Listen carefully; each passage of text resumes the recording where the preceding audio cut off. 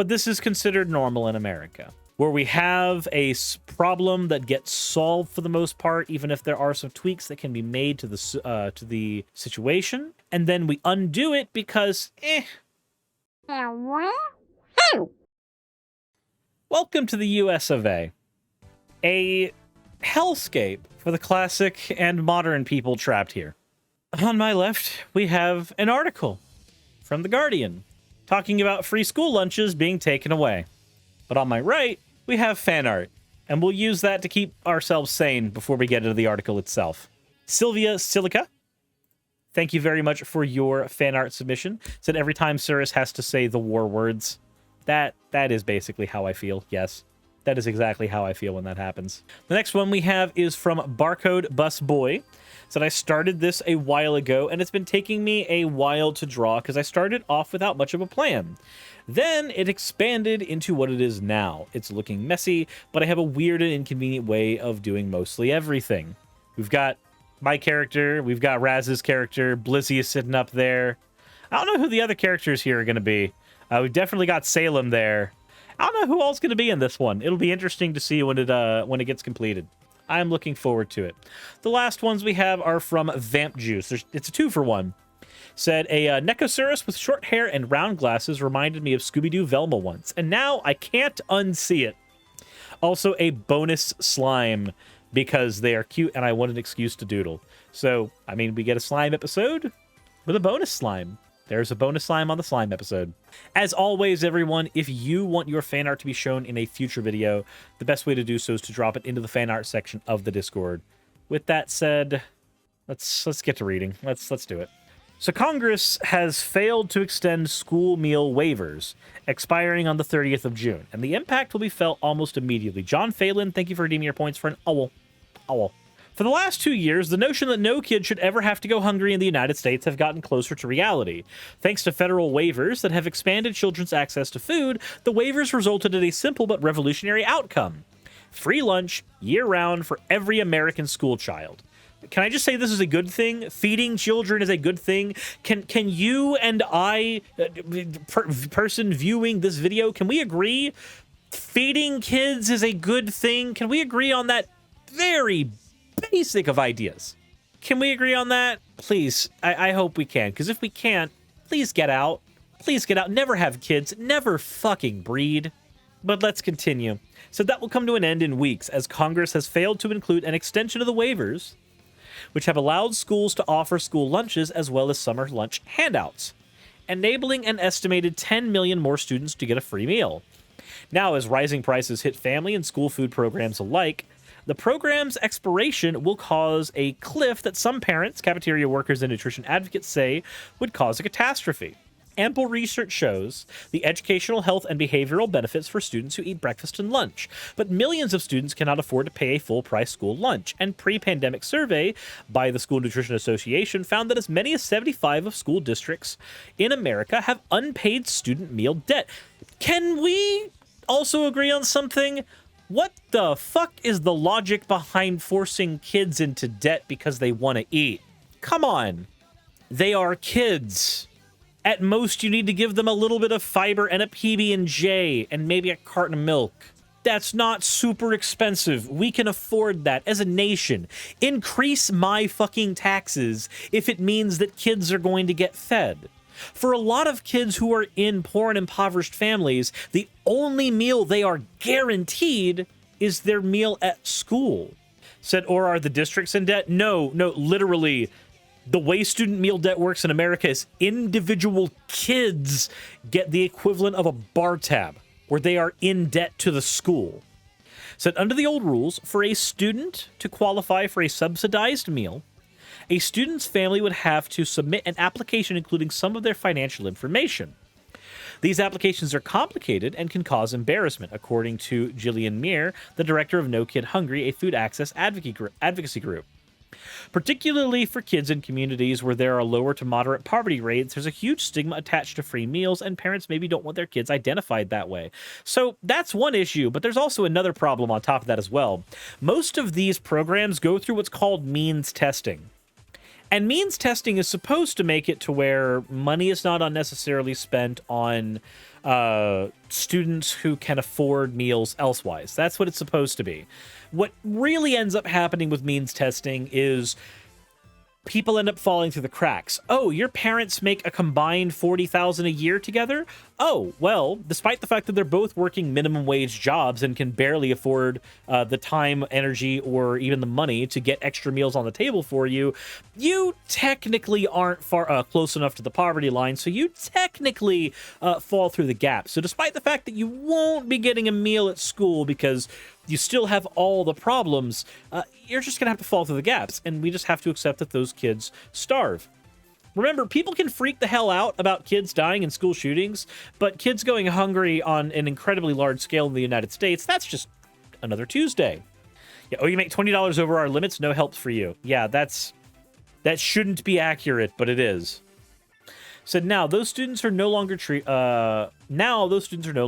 differently. In March 2020, Congress allowed United States Department of Agriculture to implement child nutrition waivers, which enable schools to be reimbursed at higher rates for serving free food to all students, regardless of the student's ability to pay. This is honestly how it should be. When you're at school, you should have access to a nutritious lunch. Duh, feeding kids is good. It's not that expensive compared to all of the other overhead that schools have. It should be perfectly reasonable to factor in money for students' food in our taxes. Again, I don't care if you increase our taxes to make sure that students are paid or like students have food. And if you, 30-something adult in my audience who goes, don't increase my taxes, don't you dare do that for me, taxation is theft, something, don't step on snack. My answer to you is going to be, if the 30 fucking cents off of your paycheck is so important to you just to make sure that a kid in America is fed, then please take your pennies and also go the fuck away. Seriously. If we're all American citizens, if we're supposed to all unite under this banner of patriotism, can we accept the fact that that generation is going to be paying your Social Security through their labor, and you should probably want them to get jobs that are high-paying enough to where they'll actually be able to afford your ass? Maybe that's a good... Maybe if I have to explain it like that, maybe if I have to explain it in a way that appeals to the selfishness of the idiot I just described, maybe then they'll understand that paying for kids' meals is a good thing. Under these more flexible rules, families no longer have to fill out applications for students to receive free lunches at school, and schools have been able to expand their food distribution methods, including handing out curbside meals to students during lockdown.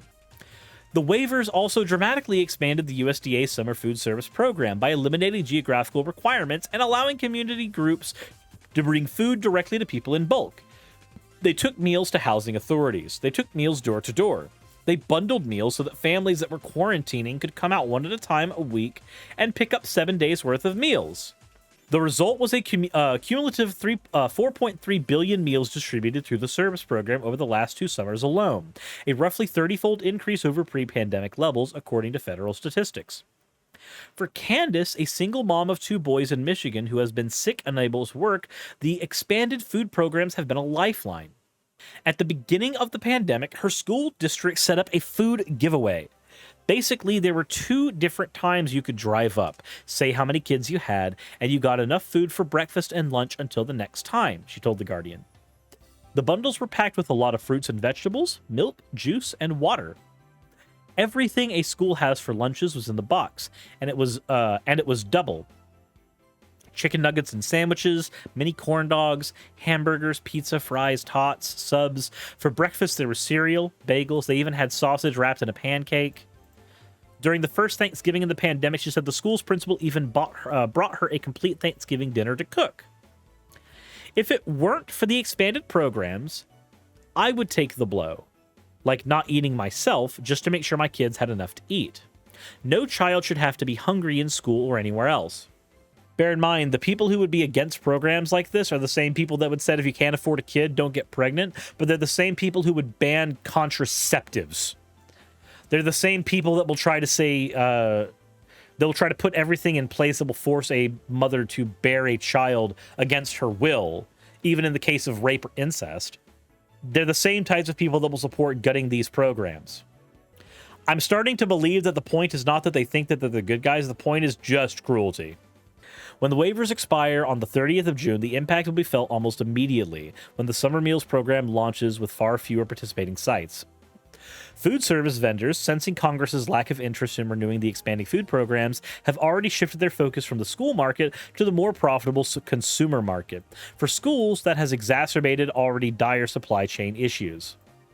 I think we're going to see in real time the summer hunger crisis grow, and that's going to give us a preview of what's going to happen next school year. When the National School Lunch Program restarts in the fall without the waivers, school will be required to meet pre-pandemic nutritional requirements, which may no longer be feasible given ongoing supply chain problems. Catherine, a school cafeteria manager in Arkansas, told The Guardian that she had been struggling to order more nutritious items such as whole grain waffles or pancakes. It's not just the foods are being expensive, they're also getting harder to find.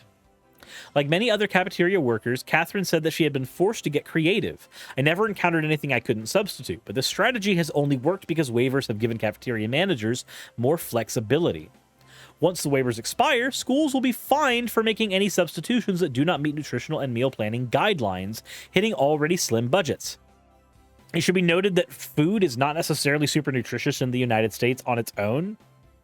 Most things have corn syrup just injected into it to make it more palatable, and that makes things increasingly less healthy. With the expanded free lunch subsidies expiring, cafeterias will be put in a tight spot. Catherine said before the pandemic, many parents were reluctant to fill out an application for free and reduced price meals. Even though some of them would qualify, they don't want anyone knowing their finances.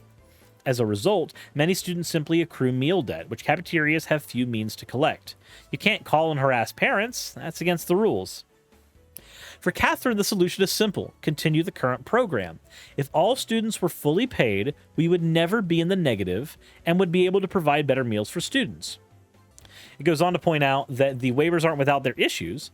An Oklahoma cafeteria worker named Janelle told The Guardian that she saw the tremendous benefits of free lunch. She said her school exploited the waivers and caused food waste.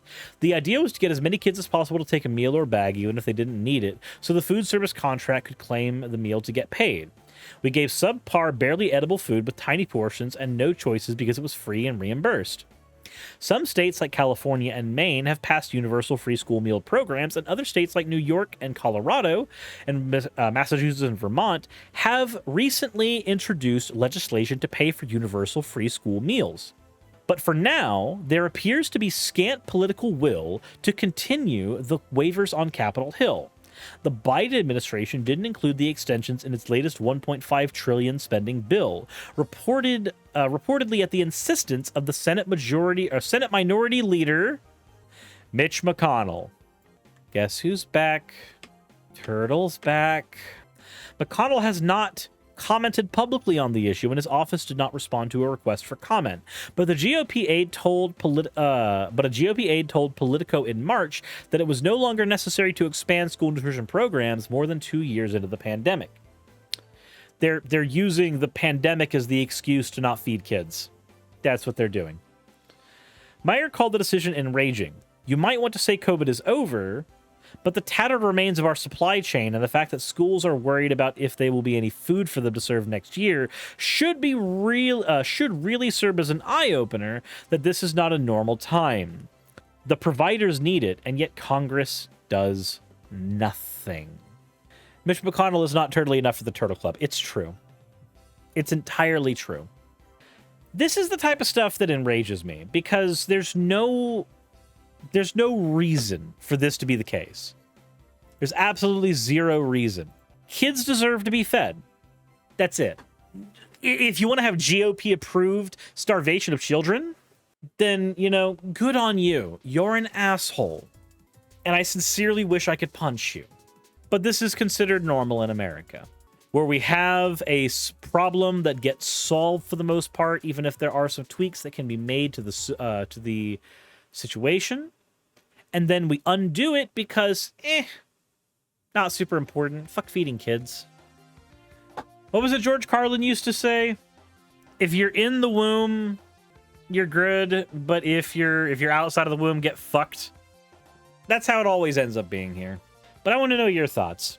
Hop in the comment section below. Let me know what you think. I'm My opinions have been laid bare.